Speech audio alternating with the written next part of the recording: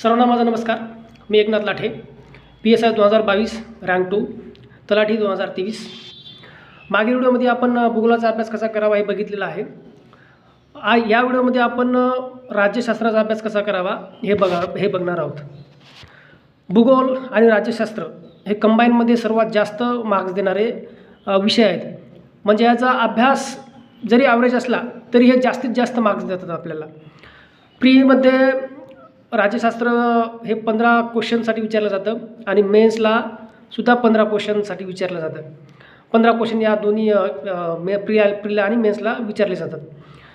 तर मला आता तुम्हाला काही घटक सांगायचे आहेत. माझ्याकडे 30 घटक आहेत, 30 प्रकरणे आहेत.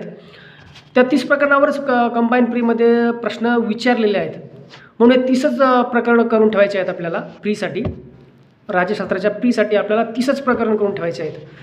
आणि याचा अभ्यास आपल्याला एम लक्ष्मीकांत या पुस्तकातून करायचा आहे. मग त्याचं तुमच्याकडं मराठी व्हर्जन असो का इंग्लिश व्हर्जन असो, तुम्हाला जे भाषा सोपी जाते, समजायला सोपी जाते ती तुम्ही रेफर करू शकता. आणि राज्यशास्त्राचा अभ्यास हा आपल्याला समजून घ्यायचा आहे. याचं पाठांतर आपल्याला नाही होत, म्हणजे पाठांतर करताच येत नाही, एवढं याचं व्याप्ती आहे. पण 2 वेळ जरी वाचलं तरीही राज्यशास्त्र विषय हा चांगले मार्क्स देतो. म्हणून मी आता जे प्रकरणं सांगतो आहे ते तुम्ही वहीवर लिहून घ्या आणि मी ज्या क्रमाने सांगतो आहे त्याच क्रमाने त्याचा अभ्यास करा. अगोदर ते प्रकरण बघायचं, त्याचं नाव पाहायचं, ते प्रकरण लक्ष्मीकांत या पुस्तकातून वाचून घ्यायचं. नंतर मी जे लोकसेवा पब्लिकेशनचं पुस्तक सांगितलं होतं, प्रिवियस इयर क्वेश्चन्स ज्यात आहेत ते लोकसेवा पब्लिकेशनचं पुस्तक, त्यातून त्या प्रकरणावर काय प्रश्न विचारले आहेत ते प्रश्न पाहून घ्यायचे. म्हणजे राज्यशास्त्राचा आपला थोरोली अभ्यास होईल. तर बघा, पहिलं प्रकरण काय आहे? ऐतिहासिक पार्श्वभूमी. 1773 पासून आपल्या रेग्युलेटिंग ॲक्टपासून जेव्हा ऐतिहासिक पार्श्वभूमी राज्यघटनेची चालू झाली होती तेव्हापासून ते 1947पर्यंतचे जे काय आपले कायदे होते घटना निर्मिती करण्याच्या अगोदरचे, ते बघायचे आहेत. ते ऐतिहासिक पार्श्वभूमी पाहायची आहे. दुसरं प्रकरण आहे घटनेची निर्मिती. तिसरं आहे घटनेची वैशिष्ट्य. चौथं आहे भाग, कलमे, परिशिष्टे म्हणजे पार्ट्स, आर्टिकल्स अँड शेड्यूल्स. 5वं आहे प्रस्तावना, प्रेमल. 6वं संघराज्य व त्याचे राज्यक्षेत्र. 7वं आहे नागरिकत्व. 8वं आहे मूलभूत हक्क. 9वं आहे मार्गदर्शक तत्त्वे. 10वं आहे मूलभूत कर्तव्य. 11वं आहे भारतीय संघराज्य. 12वं आहे संसद.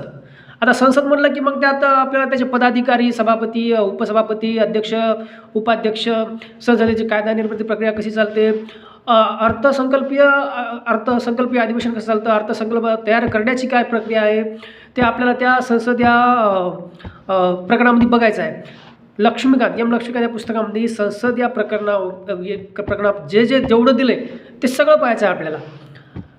आणि 13वं प्रकरण आहे विधानमंडळ. याचंही तसंच, आता मी जसं संसदबद्दल सांगितलं तसंच विधानमंडळही लागू होतं. 14वं प्रकरण आहे राष्ट्रपती. 15वं आहे उपराष्ट्रपती. 16वं राज्यपाल. 17वं पंतप्रधान व मंत्रिमंडळ. 18वं मुख्यमंत्री व मंत्रिमंडळ. 19वं भारताचा महान्यायवादी. 20 राज्याचा महाधिवक्ता. 21वं सर्वोच्च न्यायालय.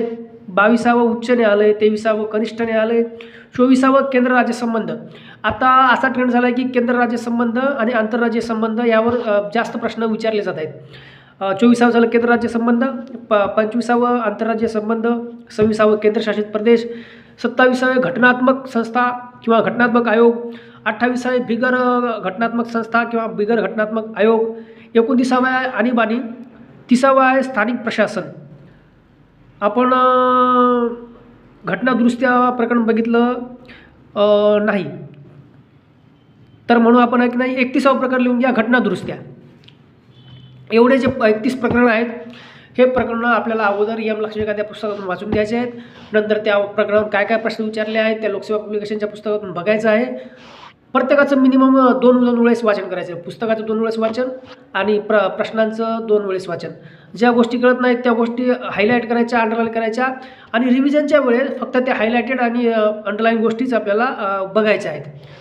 तर हे झालं आपलं राज्यशास्त्राचं मायक्रो लेवल प्लॅनिंग. थँक्यू.